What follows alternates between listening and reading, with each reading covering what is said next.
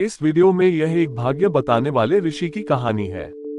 जब उसने राजा को उसका दुर्भाग्य बता दिया तो क्या हुआ, जानने के लिए वीडियो पूरा देखें। एक राज्य में एक ज्ञानी ऋषि रहते थे। वे लोगों की भाग्य रेखा देखकर उनका भाग्य बताया करते थे। राज्य के लोग अक्सर उनके पास जाते और अपना भाग्य पूछा करते थे। उनकी प्रसिद्धि दिन पर दिन बढ़ती जा रही थी।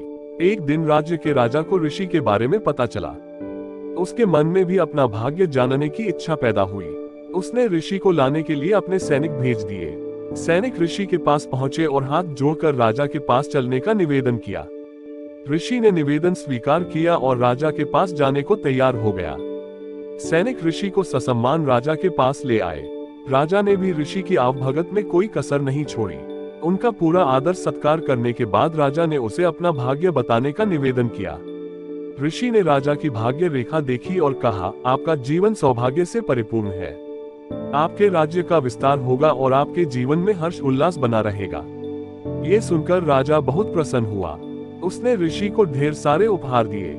कुछ देर बाद राजा ने ऋषि से पूछा, गुरुवर, क्या मेरे जीवन में कोई दुर्भाग्य भी जुड़ा हुआ है? ऋषि ने कहा, हर किसी का जीवन सौभाग्य और दुर्भाग्य का मिश्रण होता है।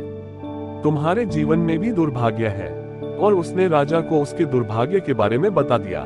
दुर्भाग्य के बारे में सुनकर राजा को बहुत क्रोध आया। उसने सैनिकों से कहा कि ऋषि को फांसी पर लटका दिया जाए।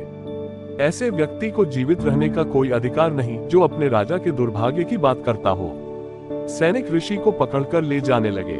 तब ऋषि ने राजा से कहा, राजन, आपकी मृत्यु से जुड़ा सच मैं आपको बताना भूल गया। मेरी मृत्यु के ठीक 1 घंटे बाद आपकी भी मृत्यु हो जाएगी। ये सुनकर राजा भयभीत हो गया। उसने सैनिकों से कहा कि ऋषि को छोड़ दे। सैनिकों ने ऋषि को छोड़ दिया और ऋषि सकुशल अपनी कुटिया लौट गया। अपनी बुद्धिमत्ता से उसने अपने प्राण बचा लिए। सीख, मुसीबत के समय बुद्धि का प्रयोग करना चाहिए।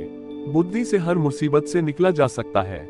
आशा है आपको ऋषि और राजा की कहानी पसंद आई होगी। ऐसे ही कहानियां सुनने के लिए हमारा चैनल सब्सक्राइब अवश्य करें। धन्यवाद।